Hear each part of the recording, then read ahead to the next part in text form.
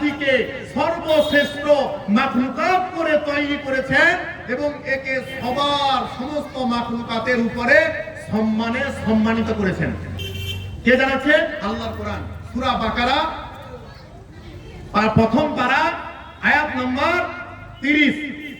আল্লাহ রাব্বুল আলামিন বলেন, ও আমার ফেরেশতারা তোমরা শোনো, ইন্নী জাইলুন ফিল আরদি খলিফা, আমি আমার প্রতিনিধি পৃথিবীতে বানাবো, আমি আমার প্রতিনিধি তৈরি করব। ফেরেশতারা বললেন, ও আল্লাহ, কেন আপনি আদমকে বানাবেন? কেননা আদমের আগে জিন জাতিদেরকে আপনি তৈরি করেছিলেন, তারা আপনার সঙ্গে পরবর্তীতে বেয়াদবি করেছে, আপনার হুকুম অনুযায়ী তারা জীবনকে অতিবাহিত করেননি। ও আল্লাহ, আমরা সদা সর্বদাই আপনার ইবাদত করতে আছি এবং করতে থাকব। কেন আপনি মানুষকে বানাবেন? ওরা এক সময় আপনাকে ভুলে গিয়ে দুনিয়াতে মত্ত হয়ে থাকবে। আল্লাহ তখন ব্যর্থহীন কণ্ঠে বলেছিলেন, ইন্নী আ'লামু মা লা তা'লামুন, ও আমার ফেরেশতারা, আমি তোমাদের কাছ থেকে পারমিশন চাচ্ছি না, আমি যা জানি তোমরা তা জানো না। আল্লাহ রাব্বুল আলামিন আদমের সম্মান বাড়ানোর জন্য আল্লাহ আদম আলাইহিস সালাতু ওয়াস সালামকে তৈরি করলেন। আমাদের আদি পিতা। দেখেন ফেরেশতারা বাধা দিচ্ছে, আল্লাহ কেন বানাবেন? কেন বাধা দিচ্ছে? আল্লাহর নবী বলেন, একজন ফেরেশতা এমন আল্লাহ তৈরি করেছেন, যেমন ইসরাফিল আলাইহিস সালাতু ওয়াস সালাম, উনার কাজ শুধু সিংহায় ফু দেওয়া। যখন থেকে উনাকে আল্লাহ বানিয়েছেন কিয়ামত পর্যন্ত ওই অবস্থায় সিংহায় ফু নিয়ে দাঁড়িয়ে আছেন, আল্লাহর হুকুম পালনে এত রত।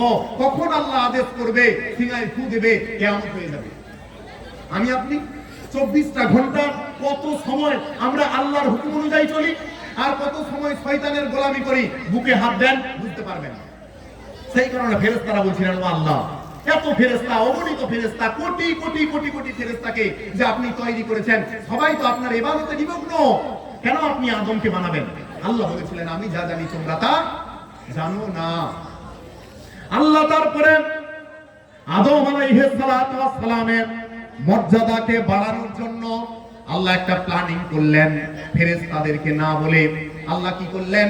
সূরা বাকারা প্রথম পারার 31 নম্বর আয়াতে কারিমা, ওয়া আল্লামা আদামাল আসমা কুল্লাহা, আল্লাহর কোরআন জানাচ্ছে, আল্লাহ রাব্বুল আলামিন বলেন, আমি আদমের মর্যাদাকে বাড়ানোর জন্য আমি আদমকে পৃথিবীর সমস্ত কিছুর জ্ঞান দান করে দিয়েছি। আল্লামা আদামা, আমি আদমকে জ্ঞান দান করেছি কুল্লা, প্রত্যেকটা জিনিসের। সুবহানাল্লাহি ওয়া বিহামদিহি, আল্লাহ কত আমাদেরকে ভালোবাসে দেখেন। আল্লাহ আবার ফেরেশতাদেরকে ডাকলেন, ও আমার ফেরেশতারা তোমরা এসো, এই আদমকে তোমরা তৈরি করতে নিষেধ করেছিলে।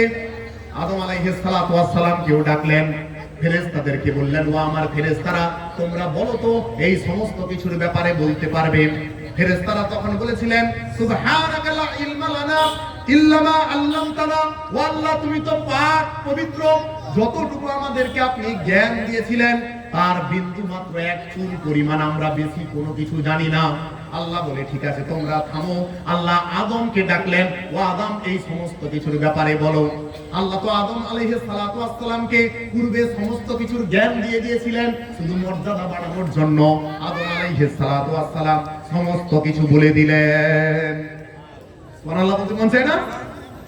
আল্লাহর ফেরেশতারা মাথা নিচু করে নিলেন, আল্লাহর কাছে অপদস্থ হয়ে গেলেন, ও আল্লাহ আপনি মহাজ্ঞানী, আমাদেরকে ও আল্লাহ ক্ষমা করেন। আল্লাহ বলেন, এটা বললে হবে না, আমি আমার আদমের মর্যাদাকে বাড়াতে চাই, তোমরা দাঁড়াও। আল্লাহ বললেন, কোরআন জানাচ্ছেন, আল্লাহ ফেরেশতাদেরকে ঘোষণা করলেন, ওয়া ইয কুল্লা লিল মালাইকাতি ইসজুদু লি আদম ফাসাজাদু ইল্লা ইবলিস। আল্লাহ রাব্বুল আলামিন ফেরেশতাদেরকে আদেশ করলেন, ও আমার ফেরেশতারা আদমের জ্ঞান বেশি, সুতরাং আদমের মর্যাদা তোমাদের চাইতে বেশি। ফেরেশতাদেরকে বললেন, আমি আদেশ করছি তোমরা এই মুহূর্তে আমার তৈরি আদমকে সিজদা করো। নারে তাকবীর, নারে তাকবীর। এই আদমের আমরা সন্তান, কত মর্যাদা দেখেন, কত মর্যাদা। সেই মর্যাদা আমরা ভুলে গেছি। আমার ভাইয়েরা, আল্লাহ সুবহানাহু ওয়া তাআলা দুনিয়াতে পাঠিয়েছেন, অল্প সময় দিয়ে 24টা ঘন্টা পরীক্ষা করছেন। এখানে আর একটা জিনিস জেনে রাখেন, আদমের মর্যাদা কখন বাড়লো? কেবলমাত্র আদম আলাইহিস সালাতু ওয়াস সালামের একটি মাত্র গুণের কারণে, সেটা হচ্ছে আদম আলাইহিস সালাতু ওয়াস সালামের জ্ঞান বেশি ছিল। ঠিক কি না? আদম আলাইহিস সালামের কি ছিল? জ্ঞান বেশি ছিল। আল্লাহ চান, ও আমার বান্দা বান্দি, তোমাদেরও আমি মর্যাদা বাড়াতে চাই।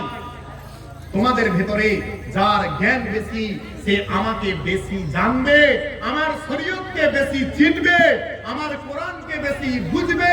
সুতরাং তোমাদেরও কর্তব্য জ্ঞান অর্জন করো, জ্ঞান অর্জন করো। কোরআনুল কারীমের 6666টা আয়াতে কারিমা আছে। আম্মা জান আয়েশা রাদিয়াল্লাহু তাআলা আনহার বর্ণনা মতে, কম বেশি অনেক সাহাবার বর্ণনা আছে, এটা আম্মা জান আয়েশা রাদিয়াল্লাহু তাআলা আনহার বর্ণনা। কোরআনুল কারীমে প্রায় 3,20,000-এর বেশি শব্দ আছে।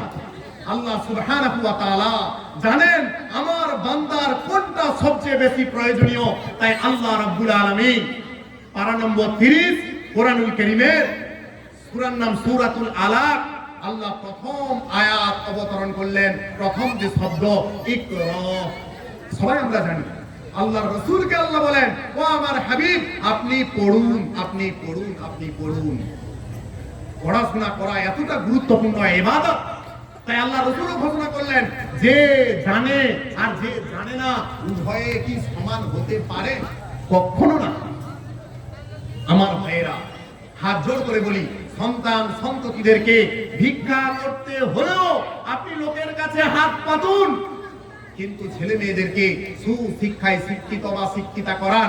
আজকের ইহুদিদের দেখেন, রিপোর্ট আপনি খোঁজ করুন, তারা সংখ্যায় কম, কিন্তু তারা সন্তান সন্ততিদেরকে এমন পরিমাণে তারা চেষ্টা করে যে পৃথিবীর মধ্যে যেন এই টপ র্যাঙ্কের আধুনিক বিজ্ঞানীতে পরিণত হয়।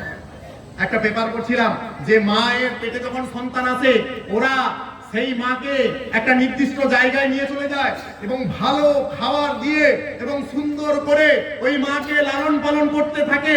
তার সন্তান যখন হয়, একেবারে ছোট বয়স থেকে 2.5, 3, 4 বছর পর্যন্ত খুব সুন্দর করে মেহনত করে তাকে একটা খুব ভালো অঙ্কের তাকে মানুষে পরিণত করার চেষ্টা করে। কিন্তু ওরা তো মানুষ না, ওরা গাদ্দার। এটা আমি এই কারণে বলছি, তারা সংখ্যায় কম, কিন্তু গোটা বিশ্বকে কিন্তু তারা শাসন করার একটা চক্রান্ত করছে। আমেরিকা পর্যন্ত চলে ওই গুটি কয়েক ইহুদিদের দ্বারা। টোটাল যে আপনার স্যাটেলাইট থেকে শুরু করে যত মিডিয়া টপ র্যাঙ্কে, সব ওদের দ্বারা পরিচালিত।